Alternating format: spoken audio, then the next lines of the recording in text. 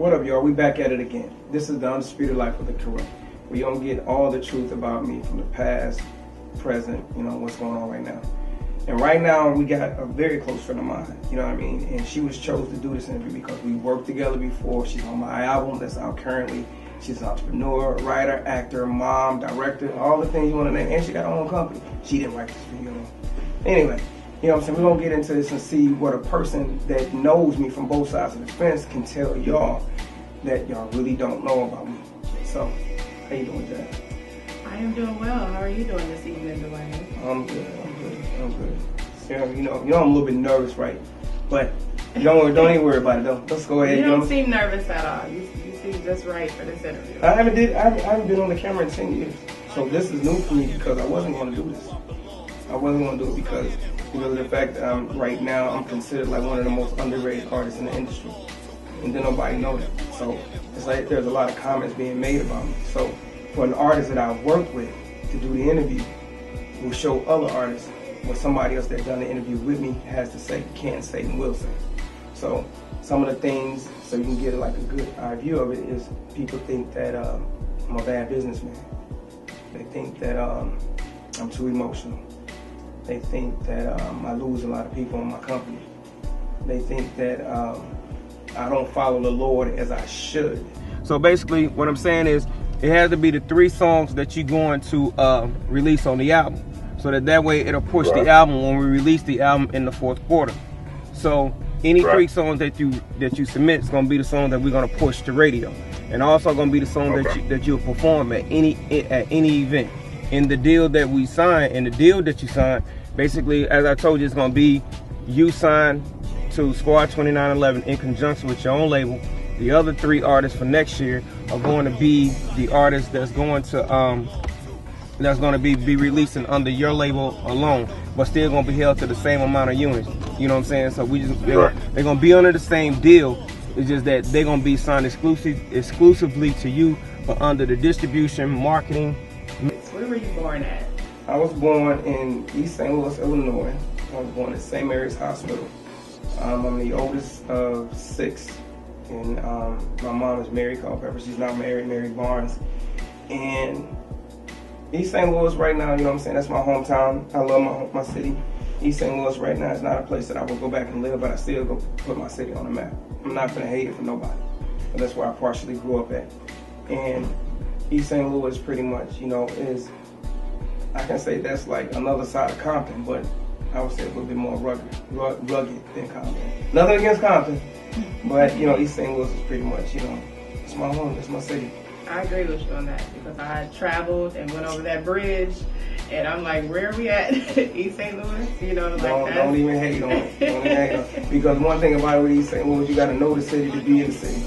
Y'all heard a lot of people talk about me, you know what I mean, give testimonies, stories, personal friends, you know what I'm saying, artists that I work with, and people that know me personally.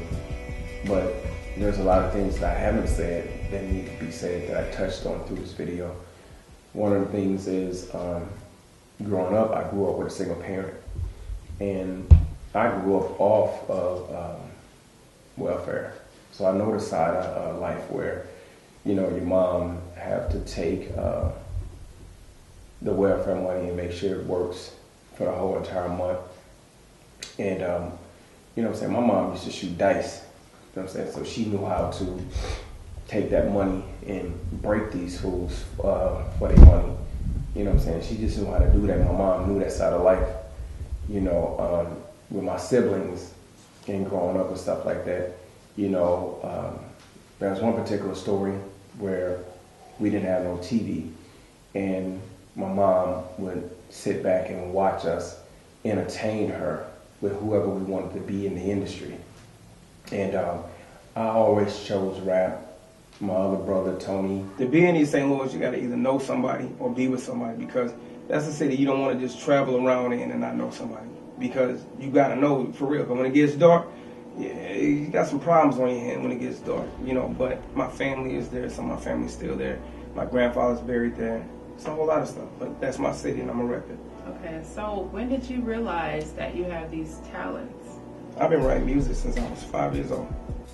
we didn't have a TV, and my mom used to sit back and let us entertain her, and we would all pick somebody we wanted to be. I would pick the rap all the time.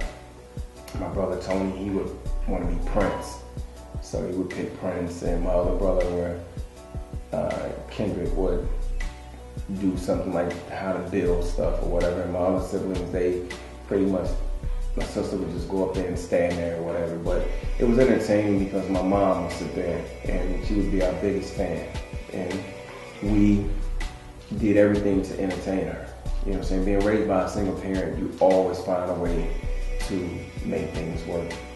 My mom, I was in elementary school, and my dad's a musician. My grandma, she's a, she passed now, but she's a an evangelist, and she was a renowned gospel singer for the city of Kansas City. And I get the music from my dad. My dad played with Shirley Williams, B.B. King, those type of people. So he pretty much traveled the world when I was growing up and stuff like that. So I get the music from him, but the way I got into music was I wanted to, get this flute.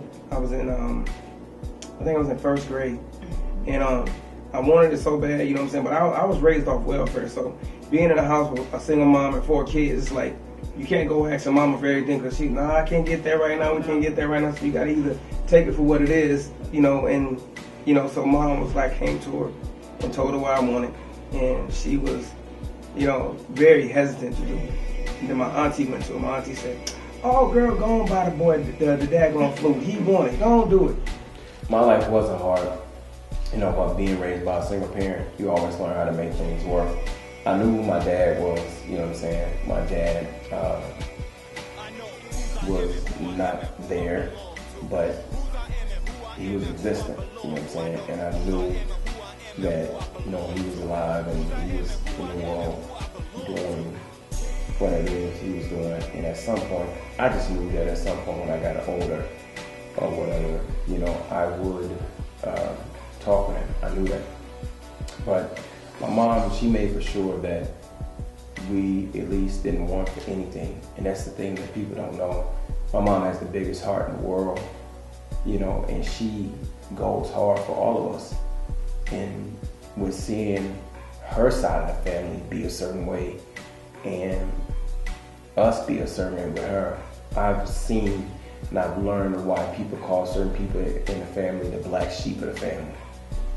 So I grew up understanding and knowing, that, I had to learn things the right way with her being the only parent in the household. Me and my mom experienced something that was very traumatic.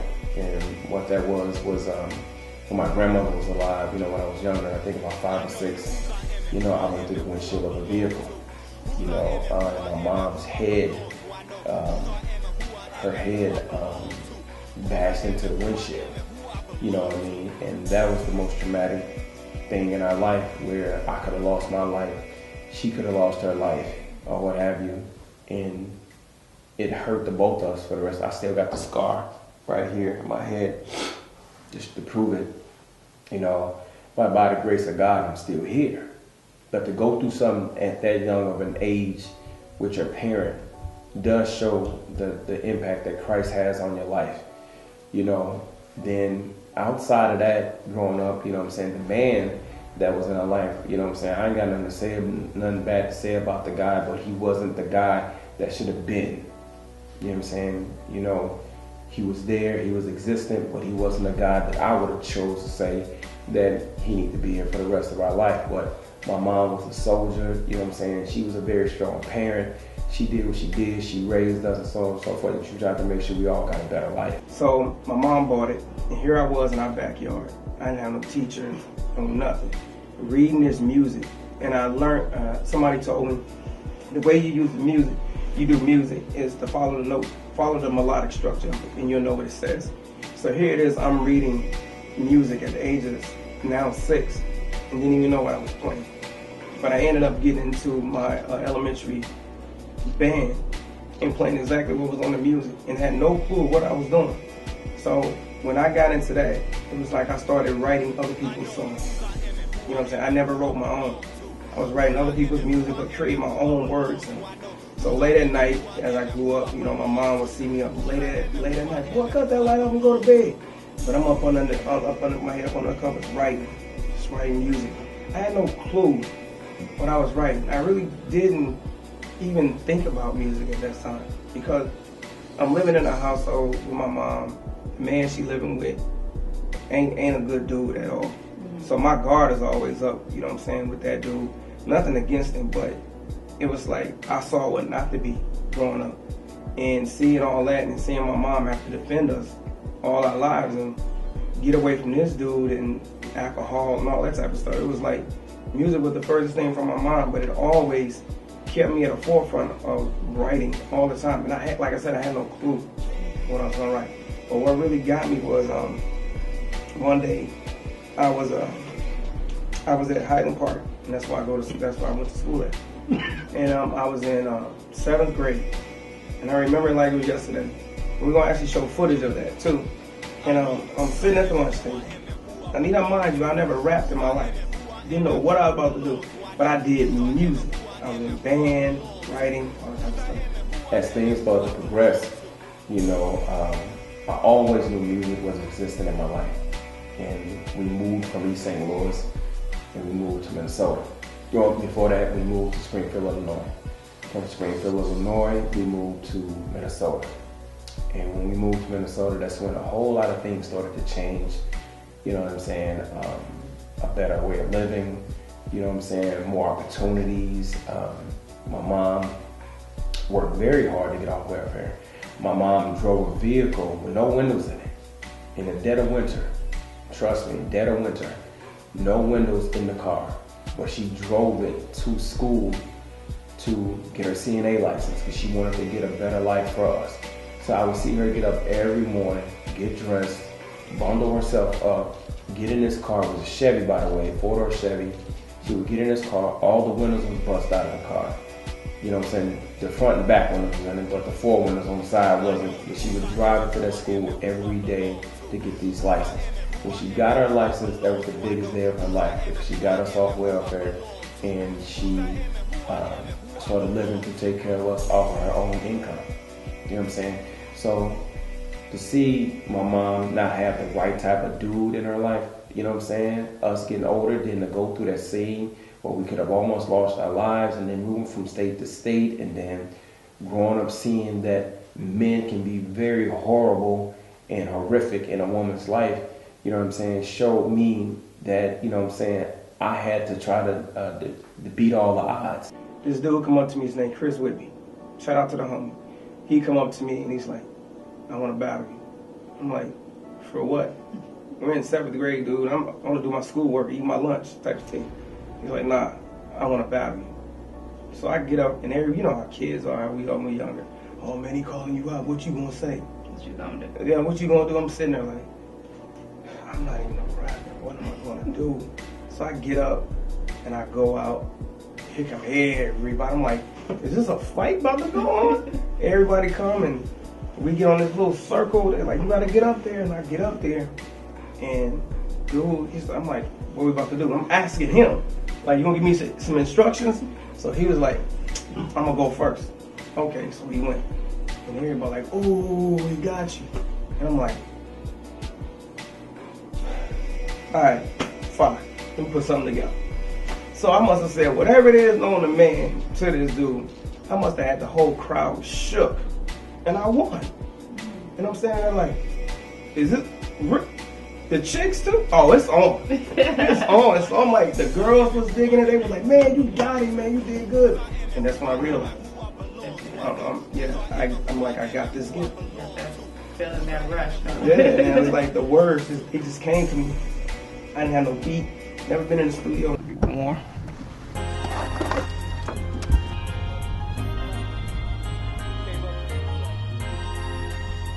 This is where it all started, man. My mom used to drive school bus. So when I used to go to school right over there. I started in the seventh grade right there. And all the buses would line up right here. So my mom, when she would be driving a school bus, she would pull up right there, man, you know what I'm saying, when we first moved here and make sure we doing what's right and everything. But when I got into high school, this high school right here, This is where it all went down, man. Like, you know what I'm saying? They ain't got them little things in the middle. It used to be these little platforms right there in the middle. After we used to eat and everything in the gym or whatever, man, we go down here, be a crowd of people, you know what I'm saying? And man, it would be, you would have to either have to prove it or don't prove it at all. And we'd be like right there, man. Either we'd be right there in the middle or we'd be up there on the top of the lake or whatever. We come out of the little cafeteria, and everybody would be running. They be running, man, to see who finna battle, who finna do what. And man, I can tell you, bro, I done won many battles up there. I done like really put them dudes under the rubble. I'm not even playing with you, man. Before I gave myself to Christ, I'd be right up there, just standing there, bro, like facing. I remember, man, I had the biggest battles I had was against, like I said, against my boy. Pay homage to a few legends that rocked it down here. Chris Wibby, you know what I'm saying? Clifton Duran, you know what I'm saying? The crew, the Mafia. You know, we all, Malcolm, you know what I'm saying? Malcolm is actually Tupac's cousin, one of the dudes I used to go to school with him. But we used to battle right there, bro. We come right down here, and you have to get it in. You have to really prove that you had that ability to rap, because if you didn't, everybody laughing at you, man. Everybody's like, nah, man, you know what I'm saying? But lunch will be over, we'd be damn near late for class, because everybody had to prove it. And that's why I won my first battle. I was battling Chris Wibby, like I said before. That's why I won my first battle, bro. And I didn't know what I was gonna say, but I wasn't no chump to it either. I wasn't trying to be no chump to it either, but everything was just like, man, and then after that, man, it was like, man, even to this day, I'm undefeated. You know, one of my homeboys said to me yesterday, he said, you got a lot to say about Pac and Wayne. You got a lot to say about them dudes. Won't you prove it? So when he said that yesterday, he said this yesterday to me. Pay homage to my boy Darius Johnson. He just don't know. I'm about to prove it. I'm about to prove it, bro, because I ain't got nothing against Wayne. I ain't got nothing against Pac. I ain't got nothing against Jay. I ain't got nothing against them, bro. But I don't have to sprint lyrically to keep up with any rapper that got money right now. I don't have to do that, bro. Just because Jay got dollars and Wayne got dollars and all them dudes got dollars, man, I'm the best that ever, one of the best that ever did it, bro. But now that I gave my life to Christ, I don't do it for being the best. And you know what I'm saying? Speaking of that, I had a dude that was just signing my label. You know what I'm saying? And we had an issue about being the best. And he didn't seem to understand that when you say somebody the best, this is like hip hop. But it's lyrical, knowledge to say that somebody's the best, because you want to put them up at their peak so people can see that they can do what they're doing. You know what I'm saying? So he took it in the wrong way. You know what I'm saying? Shout out to Mr. Amen Prophecy, True 5 Ministries, but he didn't seem to understand that Ami, the artist that I'm releasing this year, her album Dirty America, coming out first quarter this year, I was saying her album was the best because she came from a different lane. She came from where I came from, and it's like you getting in the pit, like right here. You getting right here in front of all these people, and you trying to prove that you number one. You trying to prove that you can do it. I wasn't saying she was lyrically the best overall in any Christian hip hop artist. I was saying she's the best because of the fact that she's like literally putting herself out there in the lion's den, bro, to go for it. And she's doing it for the sake of her team. So this is where it all started, man. This is where it all started. This is where I really got down. And when I started out here, I was called Wicked Face when I started here. Yeah, because everybody used to say I had this attitude, I had this little mean mug about me, and I really didn't. You know what I'm saying? But when I gave my life to Christ, that's when I became the Corinth, bro. So we used to get into a lot of battles. The principals would run out, make us go to class, all this type of stuff. So, you know what I'm saying? This is why I got on, man. This is why I really let it be known, man. I'm a force to be reckoned with. So who are your biggest influences? Right. I'm gonna be honest with you. If we're gonna be honest, I'm gonna be real honest. I don't have no influences. There's people that I look to when it comes to music. People that if I put their music on, everything that's in me is going to tell me what I need to say, what I want to say. I'm not the average rapper where I go and I write about what I see, or I'm writing what the next man writing about. I don't do that. But one of my biggest, I would say biggest supporters is my mom. Okay. She sat me down one day when she saw that I was really into this thing. She told me to teach my brothers how to do it. And I taught all of them how to rap. They may not say it now, but they know the truth. So I taught them all how to rap. And then when all this was going on, what really made me see that she supported me and nobody else was in my corner was when I was about to get the deal with So Def. When I was about to get the deal with So Def with Jermaine Dupri, and that deal went downhill, that broke my heart. So I'm sitting in this office, and I'm like, this is about to happen. My life is about to change. So in walks Lil John, my mom sitting there, and my brother sitting at the table. And he was like, y'all good, but y'all ain't good. Shot the whole deal down. So I'm sitting there like, bro, no, you didn't just do that to me. But you want my music. No, you didn't do that to me. So I was just determined after that was said to not let the So Def deal bother me. Is just that they gonna just be under you in conjunction with us. Right. You know what I'm saying? So all three songs that you submit is gonna be the songs that's gonna go on the that's on your album that we're gonna release and promote for the fourth quarter. Just the same way we doing it now. Okay. You know what I'm saying? So all that's gonna do is set your album up for the release. Now you got all the masters and everything done for it, right? Yes, sir. Okay, so all the masters that you got for it, or what have you, like, let me see if it's the fourth quarter. Bivens comes out June 7th, I think.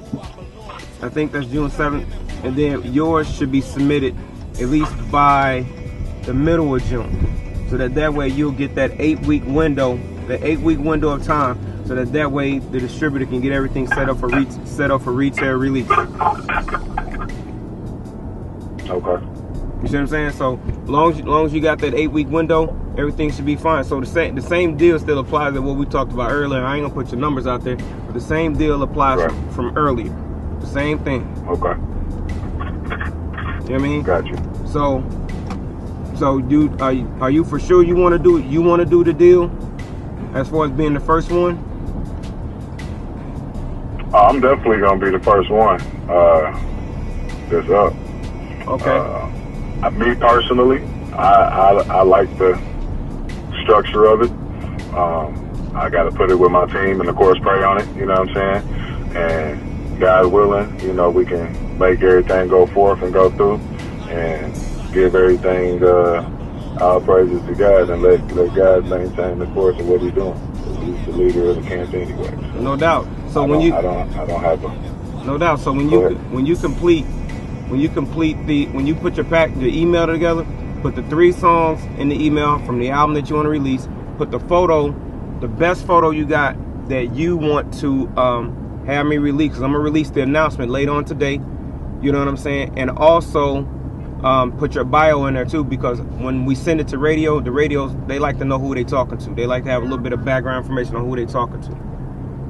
Right. You know what I'm saying? So yeah, I'll definitely get with my secretary and get that to you ASAP, so we can move along to the next steps of what we need to do.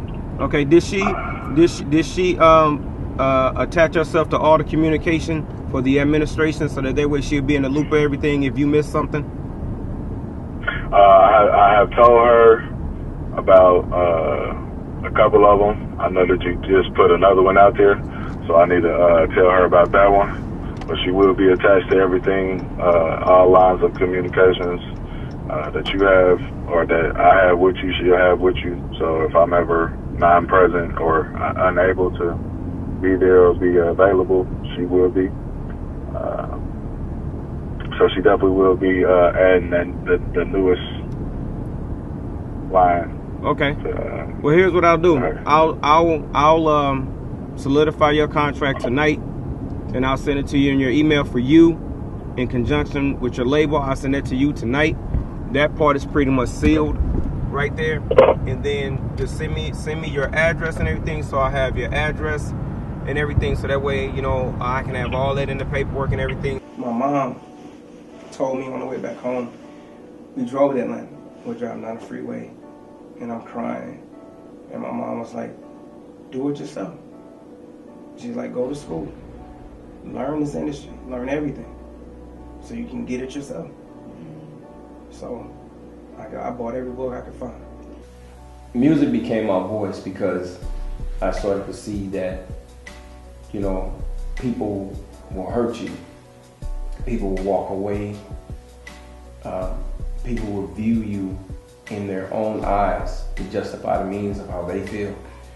And music became my voice to speak to those that may have walked away, those that really see me as this quote unquote non-good businessman, this person that has an attitude, or this person that's very emotional, or what have you. Music became my way of speaking to all those people in this world.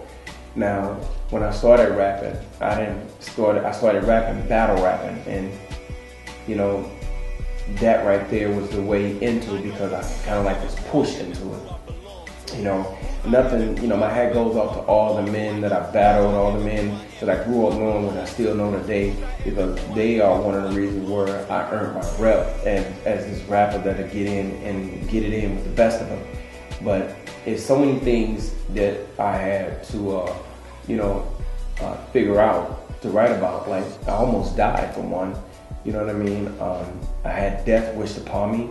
You know what I'm saying? I had a person tell me that if they could kill me and get away with it, they would. You know? And so that thing right there really is one of the most things that pushed me into that, because for people to say that they will hurt you, they will want to take your life, is one of the most horrible things that I've ever had to experience. You know, another experience was, you know, my grandma passed. You know, I didn't see my grandmother. I didn't see her transition to go home to be with the Lord. I ended up in the hospital at the funeral home. You know, they had to take me by ambulance from the funeral home to the hospital. So I never got that opportunity to see her transition, to see her exit from this world, to become present with the Lord. So you started as a street rapper. Mm-hmm. How was that transition? What made you turn into the gospel rapper that you are today? You have to ask that. This is why they call you Jazzlin Soul, because soul is deep. Yes. I had a broken heart. A broken heart led me to Christ. Truth. Okay. And the woman didn't want to support what I did. She didn't. And to be honest, what I went through at that time was one of the most darkest seasons in my life, because she wanted to be with me, but she didn't want to be with me because I wasn't equipped enough to be the man that she wanted. She was a ready-made family. Here it is, come a man that don't know what to do. I'm just going along for the ride. So it's like, it was like she was carrying along 2 kids. So throughout all that, it was like I was doing music. I was doing music, sneaking doing it. And now if she sees this is the truth, and she's about to find out. I was sneaking doing music. I would leave, go to the studio, be in there for hours, working on music. And in a way, I would get God, it's like God would bust me out. I would end up somewhere, somebody, hey, what up, man? Here's my CD, I saw you last night. I'm like, bro, no, not right now. And people would come up to me, here's my CD, check it out, bro. I see you doing things, this and this and this. And it's like, that's how I earned my name through the hood. Battling this dude, battling that dude, battling this dude. And she saw that. She didn't like it. She was like, I don't want no part of that life. And nothing I did got her to do it. It made her resentful. It made her hate me because of that. You know what I'm saying? It made her turn into a person I didn't even know. She literally went to God and told God, if this is the man that you have for me, I don't want him. Send me somebody that you have for me. And she would say it in my face. So it's like all my music turned into like, I can't talk to this person. So the music is the only thing that I can talk to. So I started writing songs saying what I needed to say to the people that wouldn't listen. And she was one of them. Okay, so when you transitioned into being the gospel rapper, did you have any judgment against you as far as, family, friends, and even the gospel community? Yeah. when I transitioned from doing gospel music, it was because of her. She gave me a Lecrae CD. I'm thinking like regular music, like, hey, who is this dude? You know what I'm saying? And she had always told me, she was like, if God wanted you to do what you be doing. And I'm believing her, like, yeah, you're right, if God wanted me to do what I'll be doing. So then she gave me this Lecrae CD, and I put it in, it was the CD Rebel. And I put it in, I'm like, oh, this dude go hard. And I'm thinking like, well, how did he do that? And I could never figure it out, how he did it. You know what I'm saying? But when I did that, one of my pastor friends gave me a book, a red book that I have to this day. He said, man, your songs is in this. So when he gave me the CD, the book, I spent $1,000 on my first CD. And I went to the studio and I wrote every song from that book, every song. The first song that I wrote was about a man wanting his truest love. I wrote that song about that. And I wrote it from a place of hurt. It took me a whole year to write this CD because I'm trying to quote unquote make the body of Christ see me as this man that they want to see me as. But the minute I came on the scene, my album came out, people running around saying, who is this dude running around claiming he know God and calling himself Tha Corinth? And I read this stuff on Facebook, I'm hearing it and all type of stuff, and I'm like, man, I'm not even trying to hear this. And then it got to the point where I couldn't even get booked in Minnesota. Let's keep it honest. Certain shows I would get on and stuff like that, people thought that in Minnesota that I didn't want to show up to support events. But people was booking me in other cities at the same time the events was going on. So I'm out of town while y'all doing it here. I can't be in two places at once. So all the flack was like, I'm non-supportive. I didn't want to be there. I thought I knew everything. I thought I've already arrived. So the flack that I got from the gospel community, you know what I'm saying, started right when I came on the scene. But the stuff that I got from the gospel community is what grew me up to understanding, to be the gospel partner that I am. There's no judgment in Christ. But Christians, some of them are the main ones that judge you. You know what I'm saying? So yeah, I did get that from a lot of people. Family thought I was a hypocrite, thought I was being straddled the fence, but I wasn't. The only one that really kept it 100 was my mom. She sat me down. I got a beer one day. And my mom said, she grabbed my hand. She said, if you're going to do this for the Lord, that's a no-no. But when I started explaining it to her about what the gospel said, she said, well, if you're going to follow this, you need to make sure you follow it correctly. And my mom kept it 100 with me. And to this day, she don't judge me. When she saw that I was really preaching this thing, when I preached it, she was like, okay, you're not playing. Well, God ain't playing, what she said. Okay. So what are some of the places that you traveled to? I've been to, well, I rocked with you before, you know that. Yes. We did PA, you know what I'm saying? I did Jamaica. I think that was the biggest show I ever did in Jamaica. They was coming through the roof when I was doing that show. I did New York, but I did New York with Smilodon. I've been to Harrisburg so many times. I did Atlanta. I did Ohio, Chicago, Chesapeake, Virginia. Been a lot of places. But here's the thing though, I paid my way. I didn't, and I'm making this live on camera. I didn't ask no pastor, no minister. Yeah, my brother, he been doing this music thing way before I was even thought of, man. Like, way before the even thought process of me even being born on this earth. My brother's been rapping forever. Just walking around the house rapping. My mom got videotapes of rapping and everything. And he take it very serious. My brother is a very good rapper too. I just want people to like open their eyes on this man, because this man is no joke, you know. Everybody else get the little fame and everything they want to get, but my brother, he needs that. He needs that. My brother is great. Tha Corinth, for real. So what's your memorable moment of performing, the most fun, great time you had performing? There's two of them. One of them, I went to Iowa, and it was my second show, and I did the songs off my CD, The Storm Is Over, and I was getting up, me and the DJ was breaking down, and we looked to the left, and we saw this girl just standing there with her mom, and her mom, you can tell she was blind because she had her nose glasses, and we get off, this is my first time it's ever happened to me, we get off stage, and she comes to me, she said, sir? I said, yes ma'am. She said, I love your music. I said, thank you. She said, and she said, you can tell I'm blind. I said, yes ma'am, I can tell. She said, but my daughter wants your music. I don't have no money. I said, man, I'm in school. Don't even worry about it. And I gave her daughter 2 CDs, one for her and one for a friend of hers. And I wrote down my information. Her name was Riley. And she told me, she said, I don't know how I'm going to keep in touch with you, but I'm going to follow your music as long as I can. And I haven't seen that little girl since then. This was back in 2011, 2012, when I was getting out on the road. And then my other memorable moment is when I got booked to go to Jamaica. When I got booked to go to Jamaica, I'm thinking to myself, well, everybody go to Jamaica to hang out, kick it, get drunk, whatever. But I'm actually going to Jamaica to give the gospel to these people. And I'm flying over the water, and I'm looking out the window, and I can see down in the blue water, and I'm thinking like, only God can do this. No normal man can get me here. When we did the show, the people heard the music and they was like falling through the windows. They was getting on top of the roof. You know what I'm saying? And it was like, I'm standing and looking around like, what is going on? And it was like, I was in shock.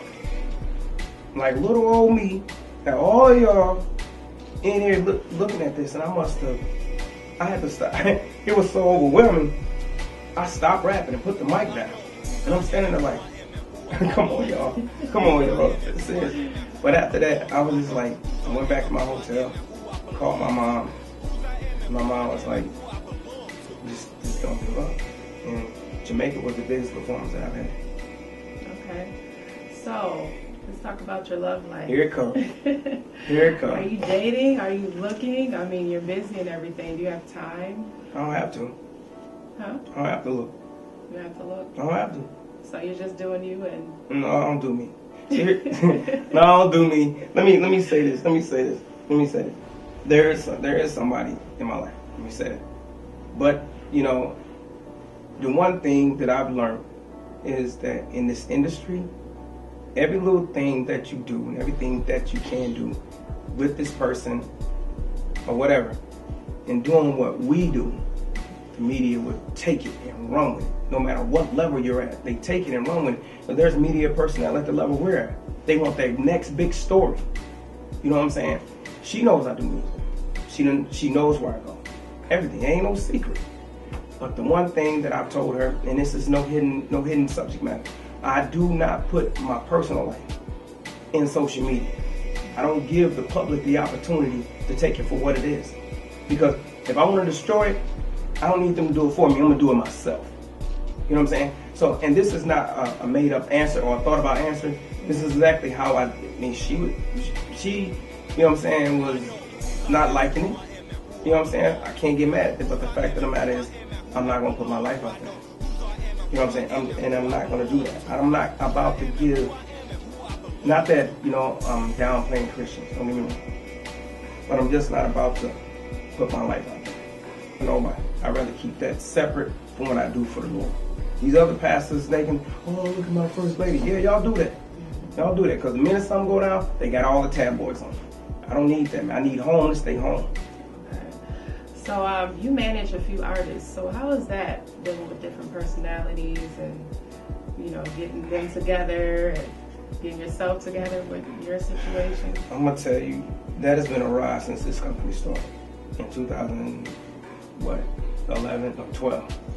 What up, y'all? We back at it again. This is, you know, day 2 of the Undisputed Life of Tha Corinth. And we're about to go into a little bit in depth with it, you know, with somebody that worked with me personally, worked on the Undisputed Lazarus album, you know me personally as a friend, outside of music and everything. We're gonna let him shed the light on me from a personal standpoint. And this is the truth. So you're not gonna get it as a lie from Danny. This is the real truth on me and him coming together, doing the Undisputed project, him playing my conscience on the album and so on and so forth, him speaking for me, you know, working with him on a more personal basis and so on and so forth. So we're gonna get into it and let Daniel tell y'all his side of the Undisputed Life of Tha Corinth. So we're gonna get started. It's been a ride. I must have signed and let go at least about 50 to 60. If not less, or maybe more, I don't know. Go ahead, Dan. So why don't you tell them about how it started when me and you started working, well, how we met. How we met? I think they really need to know how we met. How we met? So they would say we know we're not rich. You sure they want? You know what happened? Yeah, tell me how we met. Tell me how we met. We were working together at this auto parts store, you know, name excluded, but he came up to me while I was reprimanding one of my employees. But the one thing that I've learned with doing it is that Christian artists, they look at music differently than a regular artist. Some of them really hear from God. And I made the declaration that if God tells an artist to go somewhere, I'm not going to wrestle with that. God said, you done? Okay, you're done. I'm going to let you out of your contract. If an artist comes and feels that they're not getting the benefit, and I've had artists come to me, and this is publicly noted, I don't feel that I'm getting a return on what I'm doing for you. I feel that ever since I've been here, it's not getting me nowhere. He liked the professionalism of it, but the aggression that came with it. And so he came up to me, and he asked me, he was like, hey man, have you ever thought about doing anything like voiceovers or anything like that? And I was like, yeah, like a lot. And he told me what he was doing, about the trilogy, about told me the name and what he wanted in it. And right there and then I was like, yes, please, I will help you, man. For me, to see somebody, you know what I mean, play my conscience, it was pretty much, you know, I came up with the idea, you know how on an album you have people writing their interludes, you have people acting it out, you have people playing the roles and things like that.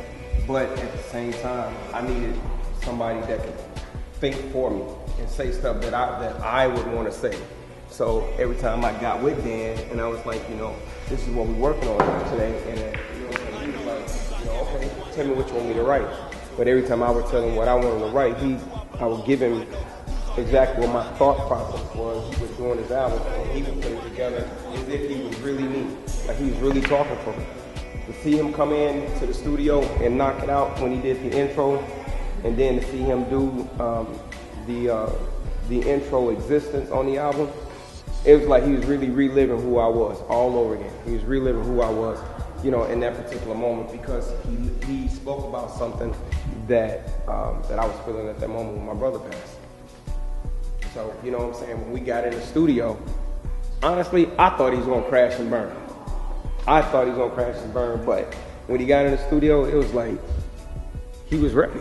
You would have thought he did it. You thought he did this forever. He did this, and me and the engineer was like, I was like, you hear this? You hear what he doing? And he came out, he killed it.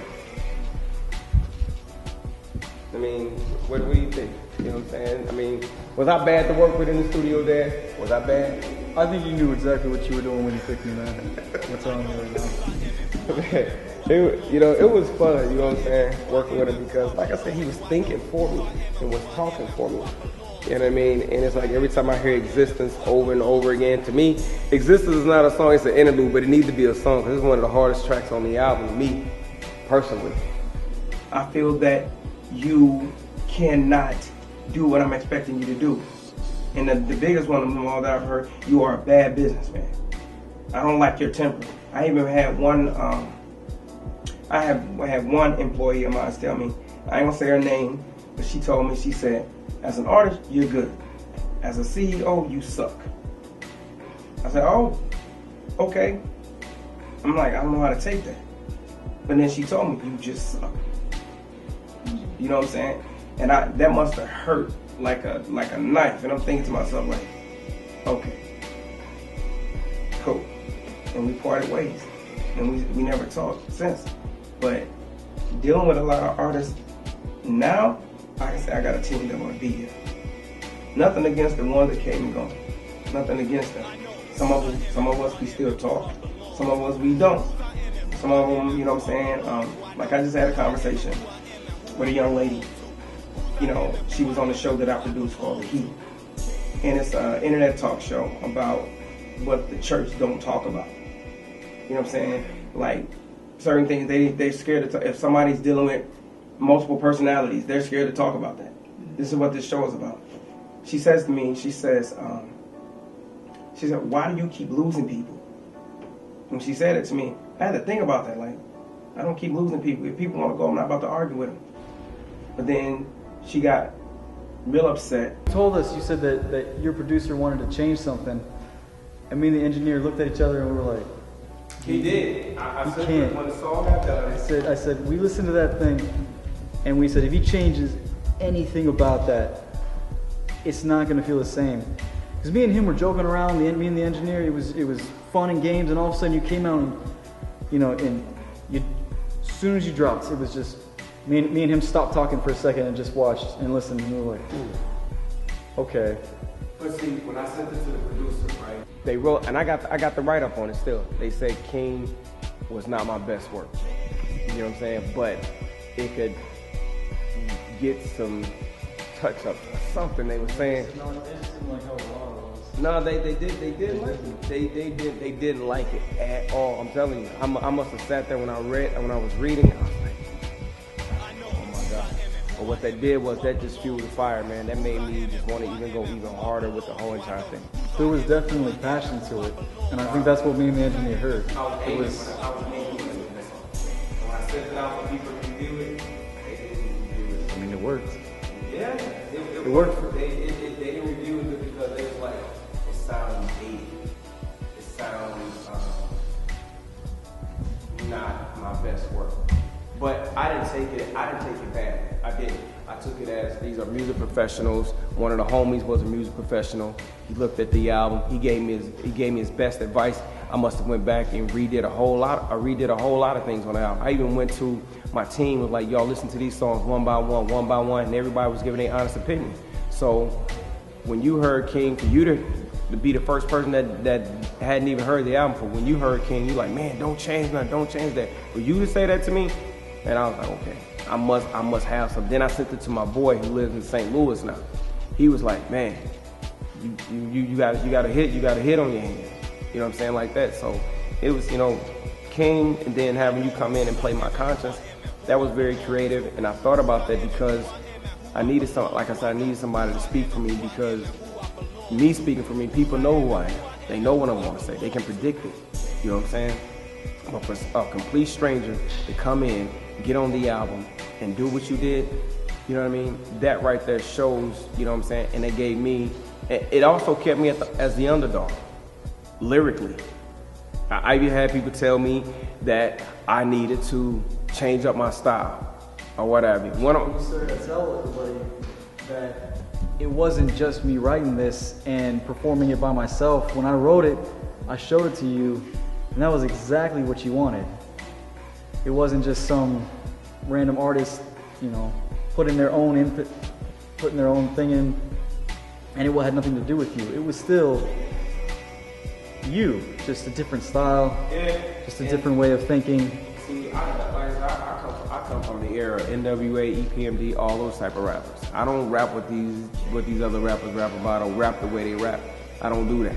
So for people to hear King and all that type of stuff, and then to have you come in and do it, that gave a little bit of diversity to it. So I don't know. It's just that, you know, when me and you had that moment where you heard the album right off the bat, even with Mayweather, when you heard Mayweather, you was like, nah, don't change that. Nah, you don't even need to do that. I remember your look on your face like, man, I'm finna do the vocals over. You was like, why? Why would you do the vocals over? You know what I'm saying? And I was gonna do the vocals over for Mayweather. I really was. I gonna do all the vocals over, bro. Because I was just not happy. But then when the engineering, you was like, you know what I'm saying, man, leave them the way that they are. Even from King, I was like, man, you know what? I'm gonna roll with it. And ever since then, the album has been doing good. It's been doing good. You know what I'm saying? I hung up the phone. But then I thought about that afterwards. And I'm thinking to myself, maybe it was me. Maybe it was how I put the deal together. Maybe it was the business. And then, you know, God corrected me, and he was like, but you can't control how other people act. You can't control their feelings nor their emotions. So the artists that I have now, and I've signed a few deals in the past week, they want to leave, who am I to wrestle with? But if they want to stay, there's rules to a contract, and I will enforce them. So are you changing a few things about yourself to, you know, maybe have a better experience with your artists? Yeah, I mean, and the reason why I decided to change a lot of things because two major things happened in my life that really hit home. And one was when I was in Seattle last August. And that whole thing in Seattle just really, it threw me for a loop. But the way it happened, the phone calls I got, and the people that I lost, it just really just, like, I'm like, what is going on? And then all of a sudden, my cousin gets murdered. The day after my plane landed. Then 4 days after that, my brother get hit by a car. So it was one incident after the other, all in 1 week. And I'm sitting there like, this is not happening. Tell them what impact it played on you when we lost our brother.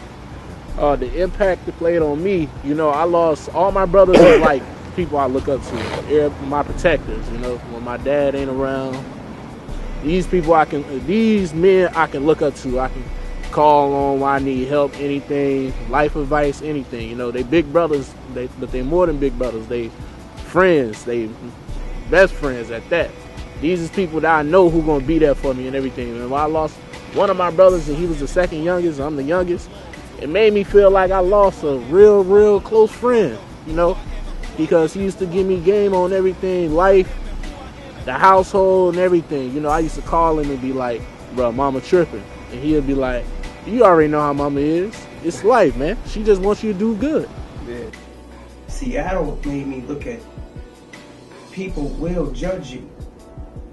They will. Even if you know that you've done everything right and you're doing it right in their eyesight, they will judge you. And it was said to me, and was told to me that when I was out there, that I was acting like I was untouchable. That I was acting like I was bigger than Puff Daddy himself. And I'm like, really? So then, when I find out my cousin gets murdered, I'm thinking like, come on. Then I get the phone call from my mom, my brother got hit by a car. So then I'm on my way to the hospital. And that's when everything just changed. Everything. And that's what really made me step back. I'm like, okay, this thing got real. Do I want to preach? Do I want to stay a minister? Do I want to keep doing this? And I have to question it. We in cold Minnesota, man. We in cold Minnesota. But I'm still doing what I do, you know what I'm saying? And I wanted my brother to tell them, man, why, you know what I'm saying, why you support what I do. Why you support me doing Christian music? The reason I support him doing Christian music, he got a message. A lot of rappers nowadays ain't got no message to their music. I support the message over the beat. You know, I like content, you know, and my brother has a message. And the way he set his lyrics up, he's saying something. He's not speaking gibberish or nothing, you know. So my brother, hey, y'all need to wake up, man. It's Corinth right here. So what did you decide? I'm not. A person told me, they said, I think you struggle with being an artist and being a CEO. And I don't. I know how to be an artist. And I know how to run my business. The proof is in the pudding. What people don't seem to grab hold to. Life can happen. And when life happens, that puts everything in question. So when he went into a coma, that hit home. And I'm sitting there watching this happen. And I can't change it. So within that whole month, I'm questioning my faith. I'm questioning God, my team, me, music.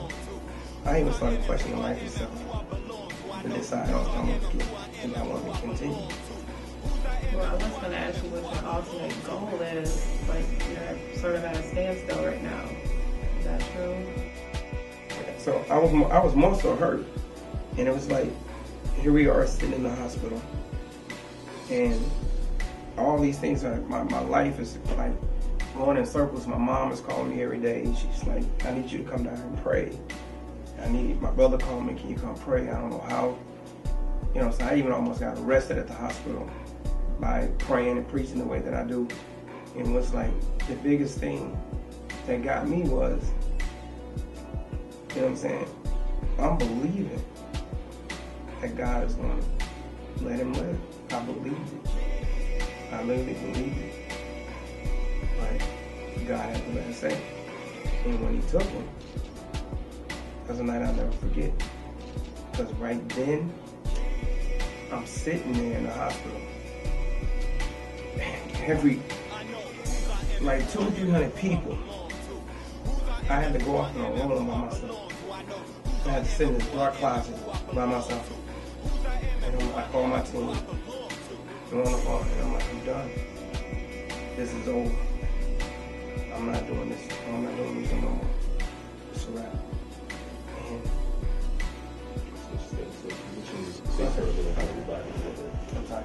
So it was like, I'm sitting in that closet, and I couldn't even believe that I heard what they said. And now I called Mike, told him, and it was just like, it's like I felt like my whole world came to an end. You know what I'm saying? My baby brother is just like, it's like he's gone. And I'll wait every day like, he gonna call me. He gonna text me. I don't ever get it. So I'm sitting in the hospital, and when you thought, excuse me, and when you thought that it couldn't get no worse, it did. I'm sitting in the hospital, and out there, everybody crying. My brother done broke down. My other brother don't know what to do. My other brother calling from the penitentiary. My other brother at the bar, and it's like family members coming. My phone is blowing up, and I'm getting a call from a pastor, and I'm like, what is going on? And I'm thinking that I shut my phone down, and I go on my phone, and a deal come on Facebook with a woman that I was seeing, and she had made a deal with some people that I had made a deal with. And I'm thinking to myself, like, this is what my life done came to? All in 1 month? It was a very hard moment for me at that time because I had an anxiety attack, a very hard one, which almost led to a heart attack. And they took me to the hospital, and my mom was there. My whole body froze up. I couldn't move. I couldn't do anything. You know what I'm saying? After my grandma passed, it's like my whole world, everything just changed.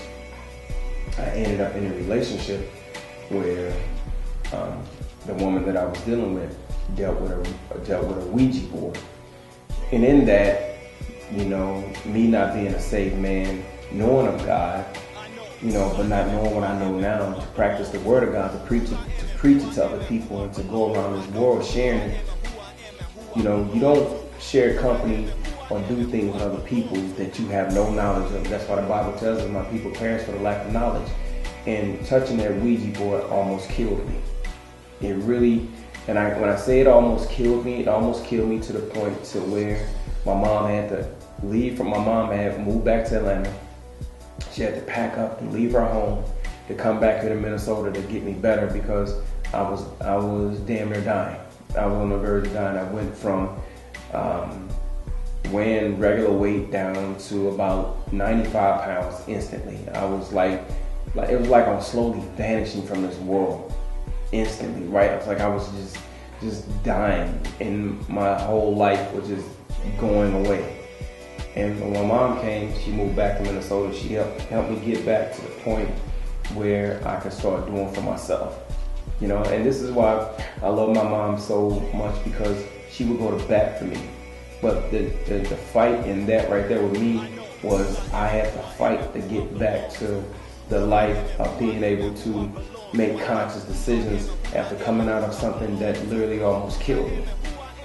So moving on from that, it was so many other moments that I literally, you know, almost died, and music played a part for me to tell my story.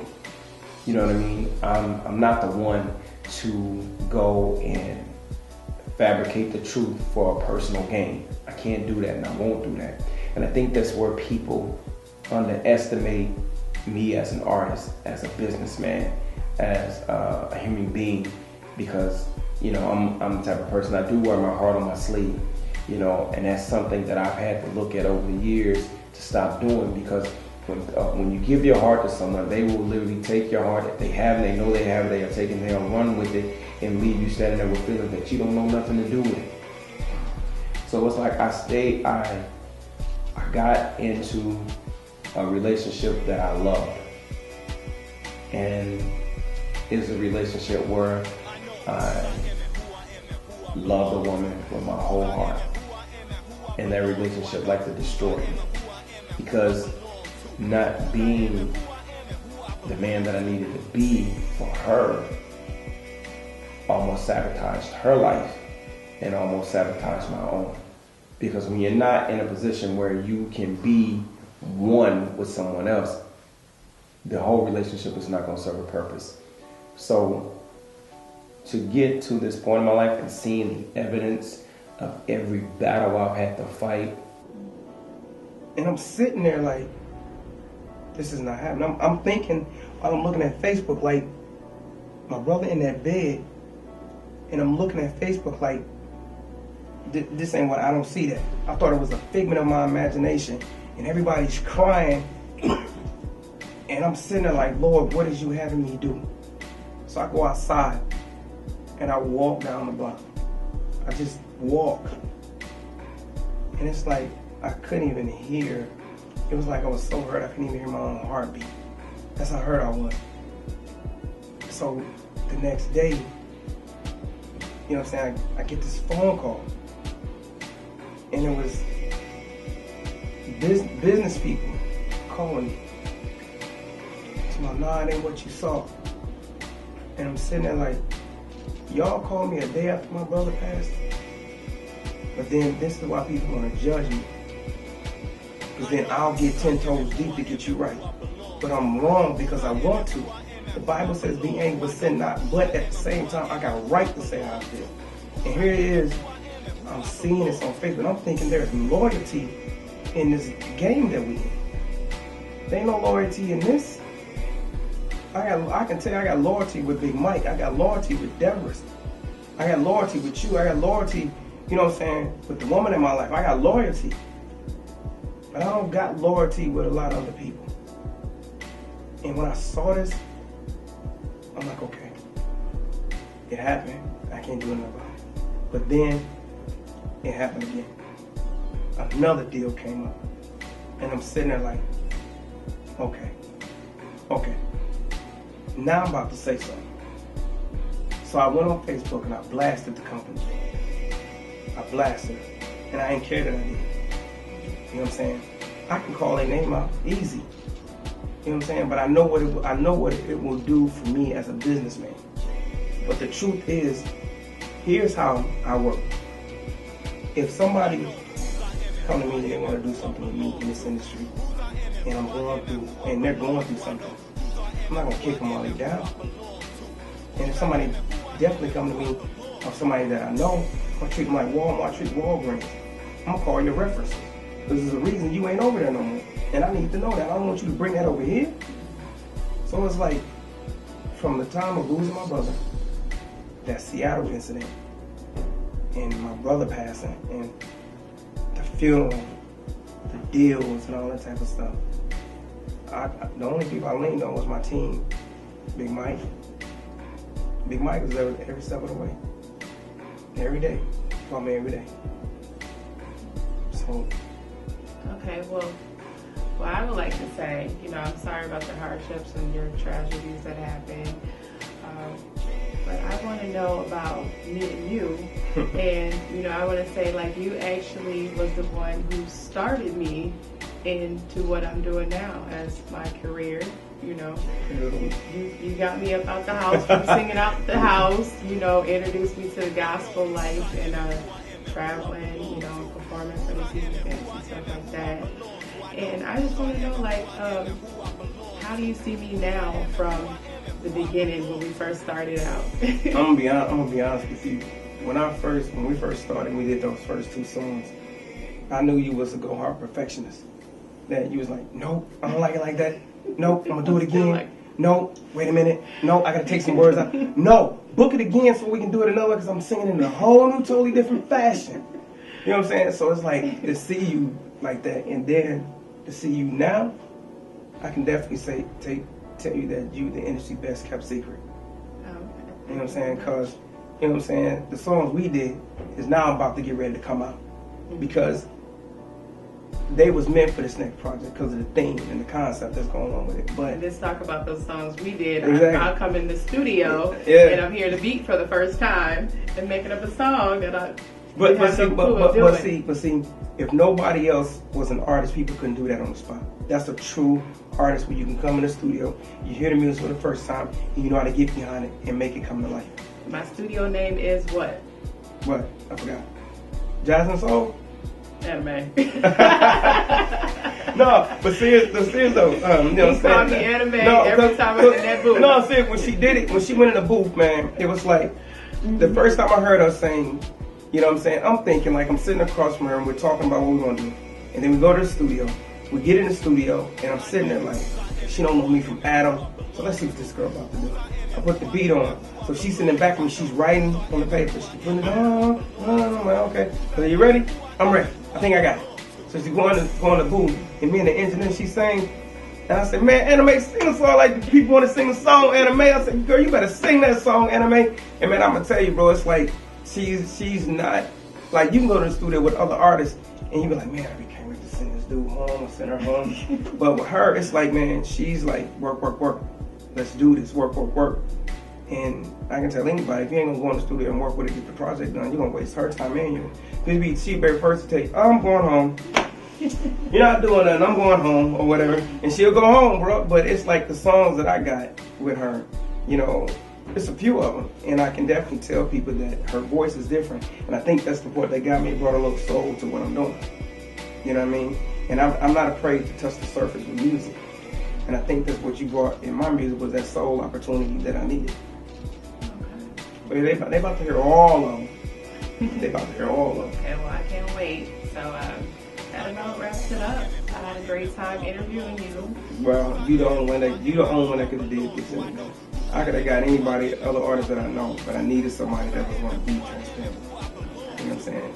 And like I said, this is the undisputed life of the Corinth. People need to know stuff that they don't know, and we help them to get that. My hat goes off to you, sweetie. Thank you. All right, once again, y'all, this your boy, Big Homie, Big Mike. Just want to let y'all know that my boy, Corinth, yo, he's a good guy, he's a good fella, man. Y'all need to be looking out for his music. Yo, he's definitely true to the game. He's definitely a legend out here on these streets. Just keep a lookout for him. He's coming, he's gonna do his thing. Just want y'all to know that he's a brother to be recognized. One love. It's more to come from the undisputed life of the Corinth. Watch out, Mayweather and the white tape is next. You know what I'm saying? But salute, Squad 2911, man. Holla. We up here at my brother's studio, man. My brother done created his own studio. Well, he ain't created, he built it. So we about to do the last part of the documentary. This is gonna be the hardest part right here because me and my brother about to talk about actually how we started together in the music. You know, our brother that passed was doing the music for us. So we about to get into this with my brother. So come on, rock with me on this one. What up, bro? Come on in. Oh, man.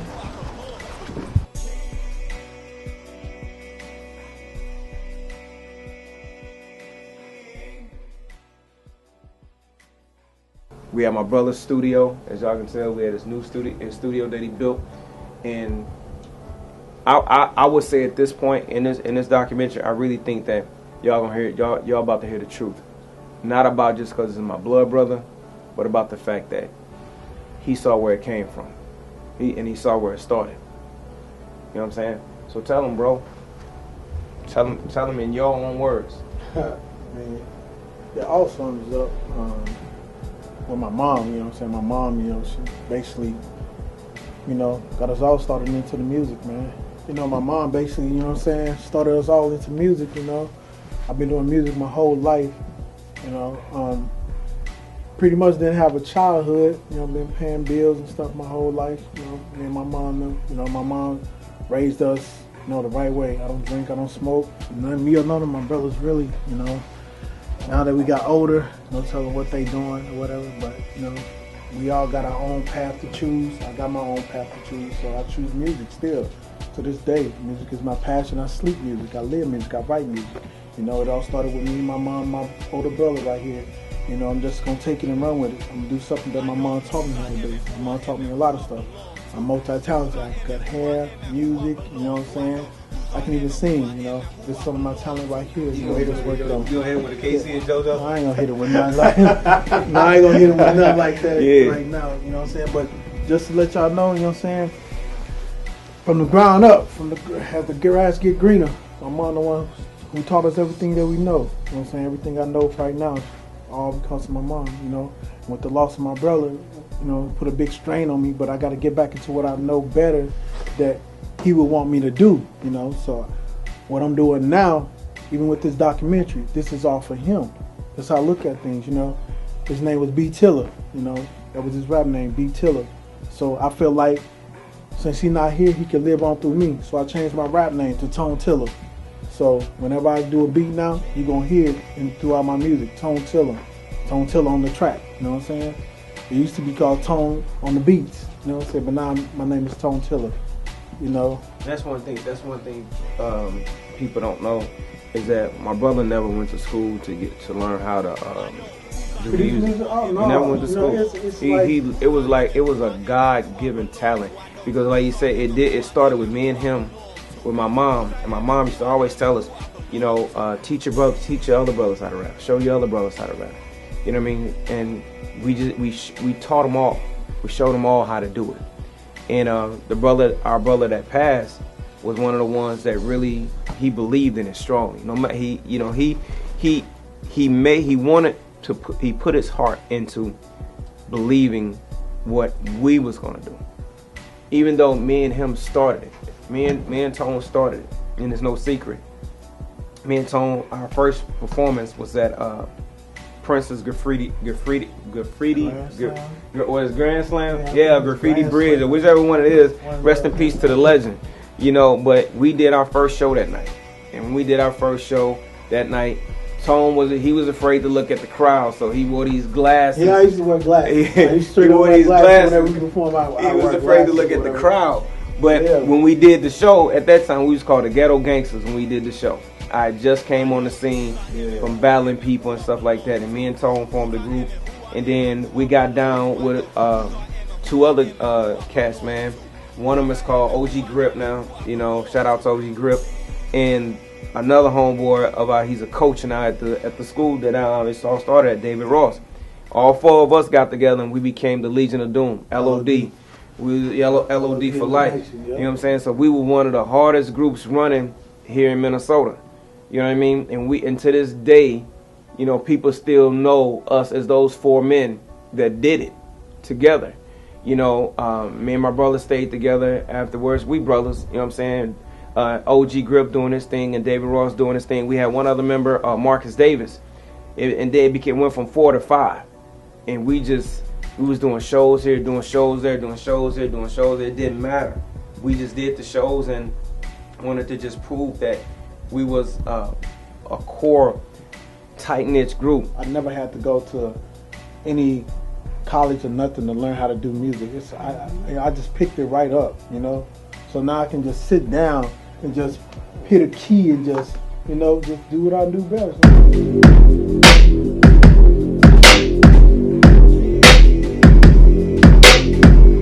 Just a little something, you know what I'm saying, to let everybody know that you can do whatever you put your mind to. Don't never let nobody say you can't do it, you know what I'm saying? Because anything is possible, man, you know what I'm saying? Anything is possible. As long as you got the heart for it and you can do it, you know, do it. Because it's like, it's all possible. It can get done, you know what I'm saying? I don't care. He was there for a lot of my battles.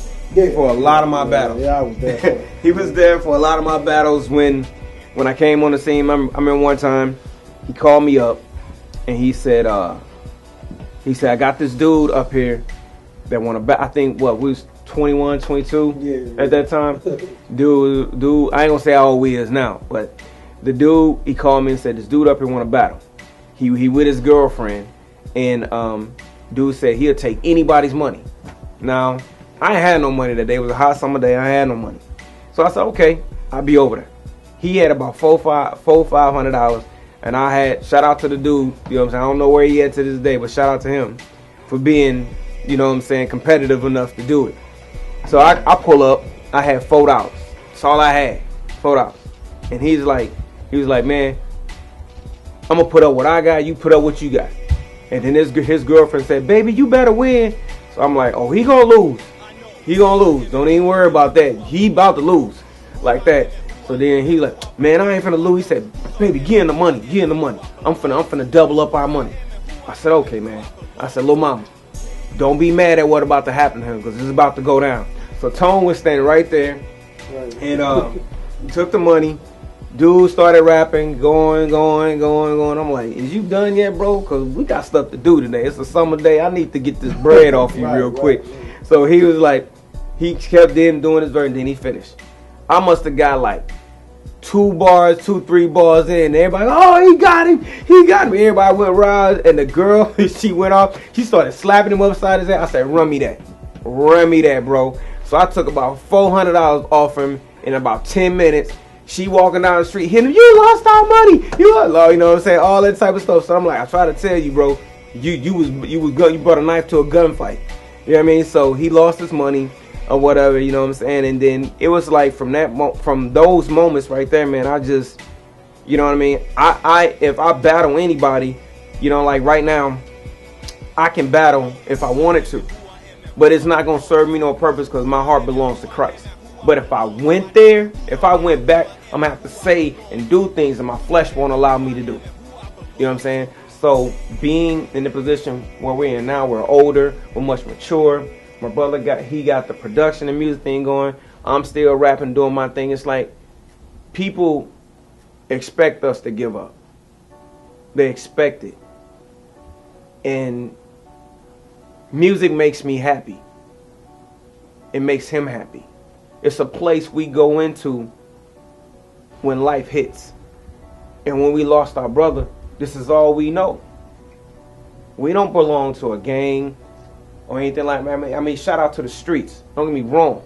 Shout out, we know the ear to the street. We keep the code. But we don't, this is all we know to keep his name alive.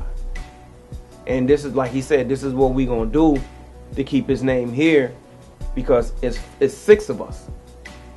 So we can't give up on this. So I just wanted my brother to tell his side of it, where he come from, you know, with this. And it started with us, man. Us two. It started with us, it's gonna end with us, you know. When it's all said and done, you know, there was a lot of people telling me I couldn't do this, I can't do that, you know. There used to be a lot of people telling me I wouldn't be able to get a studio. Now we're doing a documentary in my studio, you know. So people can't tell me what you can't accomplish, you know, if you put your mind to it, you know. A lot of people tell you you can't do things because they can't do it, you know. And just because they can't do it, they try to downfall you. Are you too old, or you getting older, you need to stop, you need to stop doing this, do something else. If God really wanted me to stop, I'd have been stopped. He would have never gave me the tools to work with to even do this, you know. So can't nobody tell me what you can't and cannot do. I'm doing a documentary in my studio that I built with my hard-earned money, you know what I'm saying? So don't never let nobody tell you can't do nothing, because anything is possible. One last thing I want to say, man, and I want my brother to touch on it. It's kind of funny too. Is remember that story? And I said the story a long time ago. Remember that story where when we was little, and Mama would cook the food, and we would have to choose who we wanted to be, and she would sit there and cross her legs, and we would entertain her. Oh, yeah. Remember that story? Yeah. I mean, my brother, he was the one that did Prince and Michael Jackson, and he did it faithfully. I mean, but it was like, our mom has been our #1 biggest supporter. And she's a part of this entire documentary. We can't tell her story, but we can tell our story in her story with our story. You know what I'm saying? She was there when Jermaine Dupri turned us down. She was there for that. She was there when people stole our music. When dude stole our music, went to Florida. Stole our music and everything. You know what I'm saying? She was there for that. She was there when we signed with Edward Rhymes, the E-Train Management. She was there for that.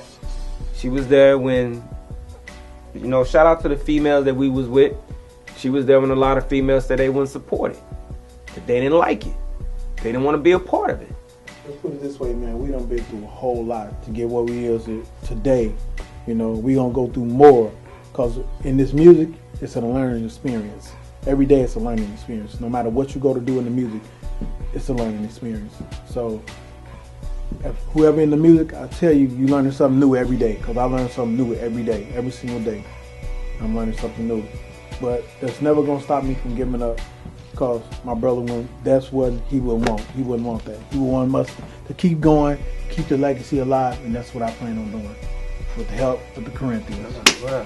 So, man, I'm going to tell y'all, man, you know what I'm saying? Throughout this documentary, the main purpose, I want everybody to go through my life with my family, my brothers, you know what I'm saying? Long live BT. You know what I'm saying? The hits that I've took with other companies, the hits that I've took with other people, a lot of the artists that I've signed, a lot of the artists that have gone on to do what they're doing.